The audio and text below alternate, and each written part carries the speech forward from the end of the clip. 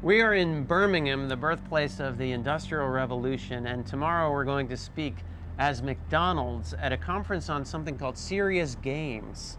Look at this. This was opened by Her Majesty the Queen. Hello. Hi there. Do you happen to know where the Serious Games conference is today? Yeah, straight down there. Uh-huh. Down there, Mal Approach, Hall 5, sir. Hall 5. Just Oh, down great. the steps, off to the left-hand Thank side. you very much. Thanks. Here we Speaker go. this morning Hall 5. will be Andrew Sherman-Wolf, Strategic Communications Manager, McDonald's Corporation. Thank you very much. Is there a way to switch the... yes. Great. It's wonderful to finally be here. Thank you very much for inviting us. Of a game that's so serious that it changed the direction of a company. And I'm also going to be talking about an infinitely more serious game, which is the game that we're all playing with the future of the planet. But that'll come in a moment. The story of the first game starts about 4 years ago when we at McDonald's realized that we were facing a rather serious crisis. In short, our numbers were not looking so good. So we did what a lot of companies do in such cases. For one thing, we revamped our image. For another, we undertook to become a more visibly responsible company and adopted a platform of corporate social responsibility, or CSR, a lot like our colleagues at Nokia and British Petroleum, who are also represented at this conference. Much as Nokia have pledged not to exploit their workers in their Far East factories, we responded to various critics by looking at alternatives in packaging. But we needed something much bigger as well. We needed to understand what was actually happening to us in the marketplace so that we wouldn't be so vulnerable ever again. The US military had just released a game called America's Army, which I'm sure everybody knows. It's a multiplayer combat simulation which started its life as a training game. And we found this idea inspiring. After all, we were involved in a form of combat as well. This is the game that resulted. Players adopt the avatar of a fast food company, and they make business decisions in highly accelerated time. We integrated a sophisticated economics package, and secondly, a fully fledged GCM, or ocean atmosphere coupled general circulation model. But in the next iteration, in April 2003, a very serious problem emerged with our game. There suddenly seemed to be a limit on the length of the game. At anywhere between 15 and 100 years of gameplay, the game slowly ground to a halt, sometimes for all players at once. Sometimes regional temperatures would swing to extreme hot or cold. Sometimes there would be a global sea level rise that would ruin pasture and cropland, destroy some restaurants, destabilize the social situation, and essentially make gameplay impossible. And at first we thought we had a bug. But scientists told us that this was normal, in fact, and suggested several factors of gameplay that might be increasing the likelihood of these changes. Accelerating beef production might be raising the level of greenhouse gas CO2 considerably through burning of forest and pasture land. The production of animal feed in the Amazon and other places was removing one of the primary sources of CO2 absorption. These effects were raising temperatures to the point that abrupt changes grew more and more likely. To avoid these bad endings, the scientists told us that players would have to cut their emissions by at least 70% in the first 5 game years and actually stop deforestation.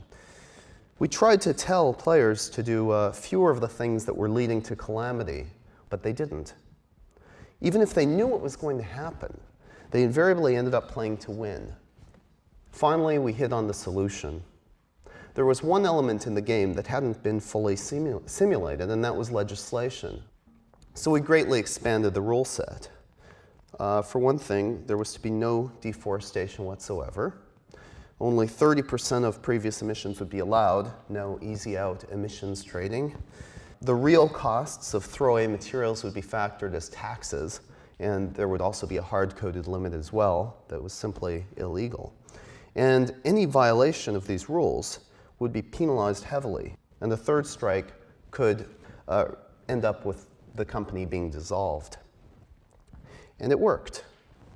players quickly found ways to grow food locally, shift the menu from beef to grain-based products, and replace all packaging with reusables, and so on. And although profits were immediately lower, at least the games did last beyond the current century for the most part. And as a side effect, the economic sim showed global poverty and hunger actually going down. Although top management didn't react, many of the new hires who played it did, and they wanted to do something about it. Together we got down to business. We organized a series of in-house conferences to educate top management about these issues. Those with connections to government began feeling out the possibilities there. Unfortunately, both of these avenues proved to be rather fruitless. As for the leaders in government, many of them told us that though they understood these issues, there was no way to go in such a direction without strong popular pressure behind them. And if popular pressure is what government needs in order to change, then we must help to generate that popular pressure. The concept of abrupt social change, or ASC, is an old and respectable one after all. It's a shortcut from rationality to the nerve centers of power that has often accomplished what more systemic approaches can't. And just as governments and NGOs have sometimes assisted valid ASC movements abroad, so we can be a force for abrupt social change here at home. And we in the Interactive Division are using all of our autonomy within McDonald's to do so. For one thing, we're appealing to McDonald's franchisees to allow their restaurants to serve part-time as meeting areas where plans for mobilization can be developed, hatched, and acted upon. And we have commitments so far from 7 restaurants in Decatur, Illinois, Tucson, Arizona, and Troy, New York. And we will also help to develop technologies useful to mass mobilization, such as the cell phone text broadcasters, which were so useful in the Ukraine's Orange Revolution. Ethical consumerism or other market-based approaches won't help, in our opinion. A recent poll showed that 83% of UK consumers intend strongly to purchase ethically, and only 5% actually do. Boycotts and other forms of consumer pressure are valiant, but they're restricted, they're limited, and they can only produce temporary changes. Economic forces won't save us. There's a reason, after all, that we have governments, laws, and voting. But since governments won't create the right laws without popular pressure, helping to generate that pressure is the only responsible choice, the only true CSR. Anything else is a milquetoast half measure, what we'd like to call a trivial improvement to a sinking ship that serves basically to reassure the passengers. BP, for example, spends a tiny percentage of its profits on solar power while continuing to pump vast oceans of oil into the world's cars, airplanes, and atmosphere. If you call that CSR, well, I don't. I call it a marginally more polite form of world annihilation. Thank you very much.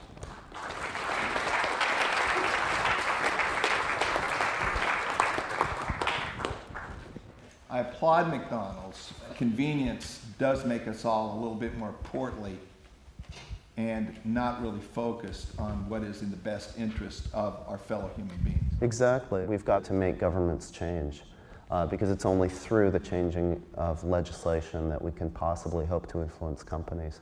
Perhaps that'll slow down profits, but then we can all behave like human beings. Again, 83% of UK consumers feel like they should consume green and only 5% actually do. So these aren't decisions that we should be giving to consumers. They're certainly not decisions we should be giving to investors through ethical investment or whatever. It's not decisions we should be giving to companies with CSR. If it's legislated, it happens. That's it, yeah.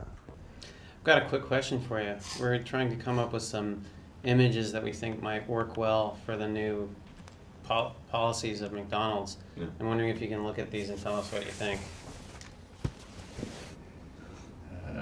Oh, right, yes. Yes, his name will come to me, but I know you mean Che Guevara, is it? Yeah, that's right. Like Che. No. Why not? Che Guevara. Doesn't Controversial, yeah. Why? Just. It's controversial. We want to get the idea across that you need. No, but Che Guevara caused conflict. You know, are you saying that McDonald's caused conflict? Well, within reason. What about this one? Well, you recognize him? Oh, I know who he is. But this is Mick Gandhi. Mick Gandhi. Yep, you of course recognize that fellow. Yeah. Mick Gandhi. McGandhi. I don't know. Just, What you might do is you might alienate the Indian population. oh, you think they'll be They'll be annoyed with that. I think so. If I was Indian, I would be. Yeah. possible? Yeah. Yeah. Yeah. Yeah. What do you think of maybe if we change the lips? No, I don't think so. No. It's the I figure. think you leave them alone. Yeah. Okay, how about that one? And that was the old one during the war. Yeah. For the women. That would be okay. That's a good one, eh? I think that's a good one. Do you think it conveys the idea of kind of revolution? Yeah, or- yeah. Oh, yeah. very much so. And this one they're affectionately calling Mick Malcolm. No, Malcolm McX. Oh, Mick Malcolm Mick X. Oh, both. Of course we have Malcolm Mick X, which, you know, But this again, isn't colored in yet, but Again, the same thing is that, you know, if you bring it down onto one,